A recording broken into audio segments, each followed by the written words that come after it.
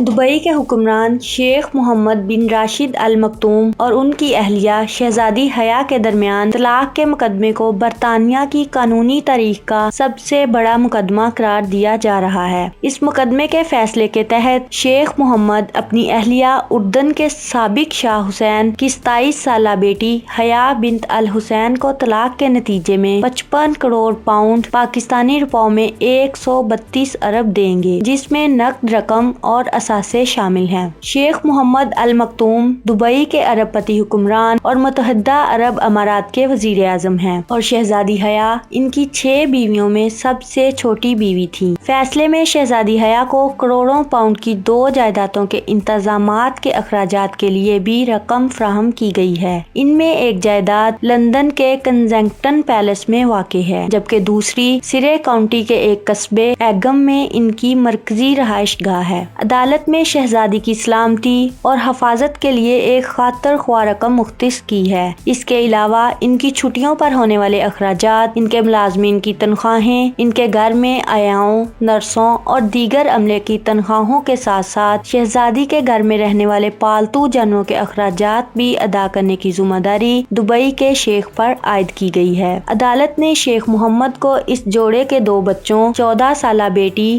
اور 9 سالہ بیٹے میں سے ہر ایک کو الگ الگ سالانہ 56 لاکھ پاؤنڈ بھی دینے کا حکم دیا ہے۔ اس رقم کی باقاعدہ ادائیگی کے لیے عدالت نے 29 کروڑ پاؤنڈ کی رقم بطور زر ضمانت رکھنے کا حکم بھی دیا ہے۔ شہزادی حیا 2019 میں اپنے بچوں کے ساتھ دبئی سے بھاگ کر برطانیہ آ گئی تھیں۔ انہوں نے فرار ہونے کا یہ جواز دیا تھا کہ انہیں خطرہ ہے کہ انہیں ہلاک کر دیا جائے گا، کیونکہ اس واقعے سے قبل شیخ محمد نے ان کی 2 دیگر بیٹیوں شیخہ لطیفہ اور شیخہ شمسہ کو اغوا کر لیا تھا اور انہیں ان کی مرضی کے خلاف دبئی واپس بھیج دیا گیا تھا۔ 72 برس کے شیخ محمد نے، جو گھڑ دوڑ کی دنیا میں ایک بہت با اثر شخصیت مانے جاتے ہیں، اس اغوا کی تردید کی ہے۔ تاہم سن 2020 کے ہائی کورٹ کے فیصلے میں اغوا اور قتل کے تمام امکانات کو درست کہا گیا تھا۔ شیخ محمد ال مکتوم نے ایک نظم شائع کی تھی جس کا عنوان تھا "تم زندہ رہے تم مر گئے"۔ اس سے بڑے پیمانے پر یہ فرض کیا گیا تھا کہ شہزادی کو اس کے سابق برطانوی محافظ کے ساتھ تعلقات کا پتہ چلنے کے بعد قتل کر دیا جائے گا۔ شہزادی حیا کو برطانیہ منتقل ہونے کے بعد دھمکیاں ملتی رہیں، انہیں "ہم کہیں بھی پہنچ سکتے ہیں" جیسے پیغامات ملتے رہے، جس کے بعد انہوں نے اپنی جان کے خوف کی وجہ سے سیکیورٹی پر بہت زیادہ رقم خرچ کی کہ کہیں ان کے بچوں کو اغوا نہ کر لیا جائے اور انہیں دبئی واپس نہ پہنچا دیا جائے۔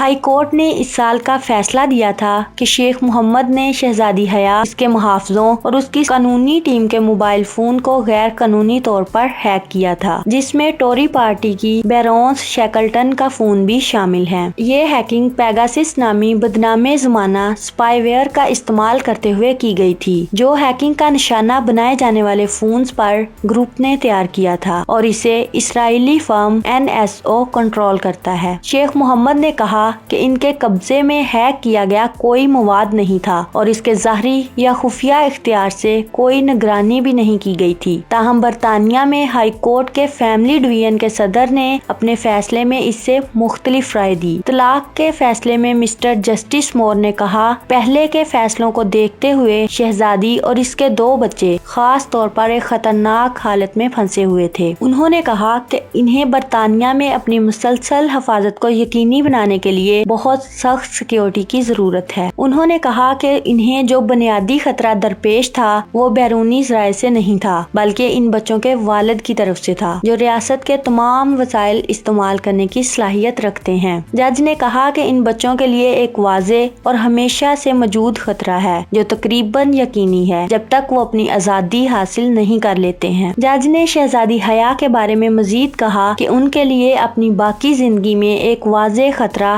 ہمیشہ موجود رہے گا، چاہے وہ شیخ محمد کی طرف سے ہو یا صرف عام دہشت گرد یا کسی بھی جانب سے۔ عدالت کو سیکیورٹی کے ایک جائزے کے بارے میں بتایا گیا جس میں شہزادی حیا اور اس کے بچوں کے لیے خطرہ شدید تھا۔ جج نے بعد میں خاندان کی نقل و حمل کے لیے بختر بند گاڑیوں کے استعمال کے اخراجات کو پورا کرنے کے لیے ایک فنڈ بھی قائم کرنے کا حکم دیا۔